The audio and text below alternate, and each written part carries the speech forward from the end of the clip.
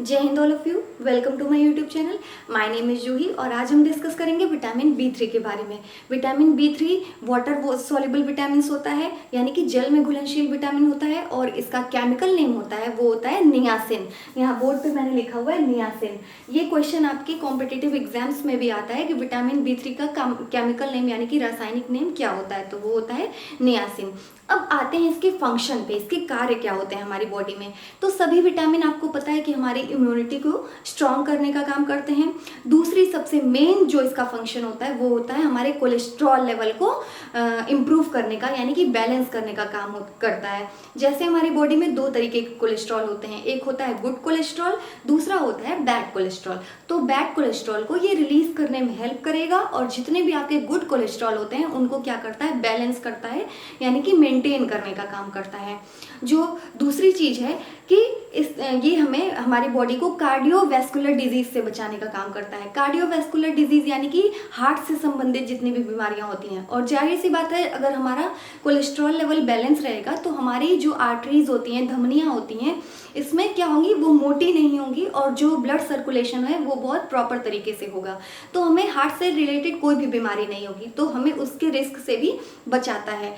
Third thing ये है कि हमें डायबिटीज से भी बचाने का काम करता है, यानी कि हमारी बॉडी में शुगर लेवल को भी कंट्रोल करता है। नेक्स्ट ये है कि आर्थराइटिस यानी कि जॉइंट इन्फ्लेमेशन।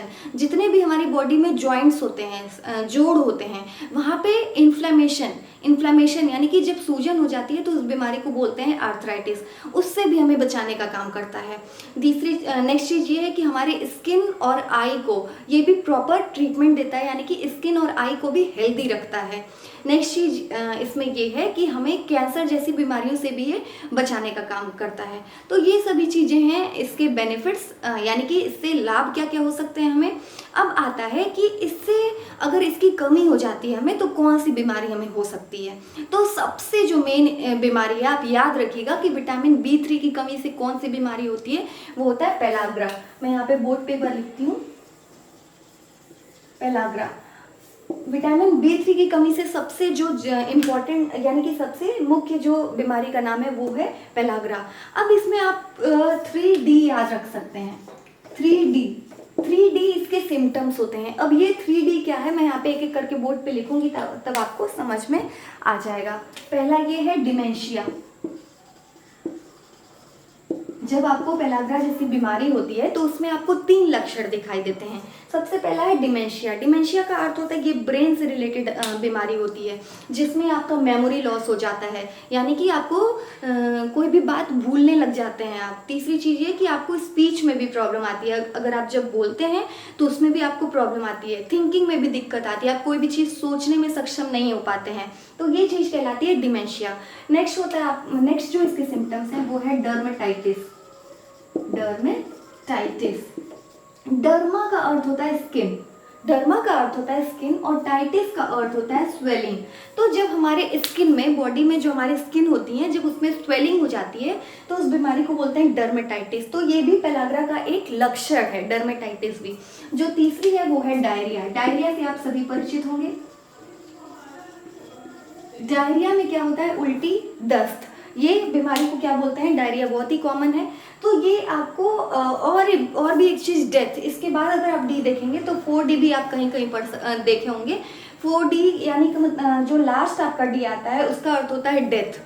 इतना मतलब ये रेयर केसेस में ही लोगों को बीमारियां होती हैं, लेकिन अगर बहुत ज़्यादा सीवियर हो जाता है तो डेथ की भी कंडीशन आ जाती है। तो आप 4D, 3D की जगह 4D याद रख सकते हैं।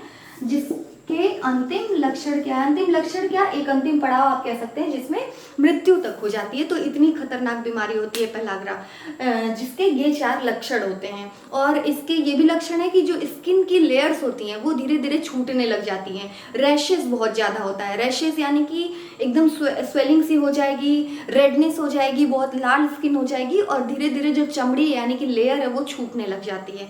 तो ये सभी हैं इस बीमारी के सिम्टम्स। इसको आप याद रखिएगा, पेलाग्रा यानी कि विटामिन बी3 की कमी से होने वाला यह रोग है। अब कौन कौन से फूड का हम सेवन करेंगे जिससे हमें ये बीमारी नहीं होगी। तो सबसे पहला तो ये, अगर फिश, बीफ, पोर्क, इन सभी चीज़ों का हम सेवन करेंगे। ये सभी विभिन्न प्रकार के जानवरों के मांस होते हैं, फिश, बीफ, पोर्क, अगर इसका सेवन लोग करते हैं, जितने भी नॉन वेजिटेरियंस लोग हैं, तो उनके बॉडी में इसकी कमी नहीं होती है। और आपका स्पिनच ले सकते हैं, ग्रीन लीफी वेजिटेबल्स है, आमंड्स है, इवन सनफ्लावर का सीड, सनफ्लावर यानी कि सूर्यमुखी जो पौधा होता है उसका सीड यानी कि बीज, पंपकिन सीड यानी कि कद्दू का बीज, ये सभी चीज़ें भी जो हैं आपको विटामिन B3 की कमी नहीं होने देती हैं आपकी बॉडी में। आमंड्स यानी कि बादाम, पोटैटो, टोमेटो, ये सभी चीज़ों का सेवन अगर आप प्रॉपर रूप से यानी कि अपने डेली डाइट में लेते रहेंगे तो आपको ये पेलाग्रा जैसी बीमारी नहीं होगी। और भी कई सारी चीज़ें मैंने जो बताई, कोलेस्ट्रॉल लेवल को बैलेंस करना, ये सभी चीज़ें आपकी बॉडी में बिल्कुल बैलेंस रहेंगी। तो ये है विटामिन B3 के बारे में। इसका सेवन, जितने भी फूड्स मैंने बताए आप सेवन उसका करते रहिए, तो इसकी कमी आपको कभी नहीं होगी। और अगर आपको आज का वीडियो पसंद आया तो प्लीज़ इसे लाइक, शेयर और सब्सक्राइब जरूर करें। जो मेरे चैनल का नाम है वो है universal Juhi. Thank you so much.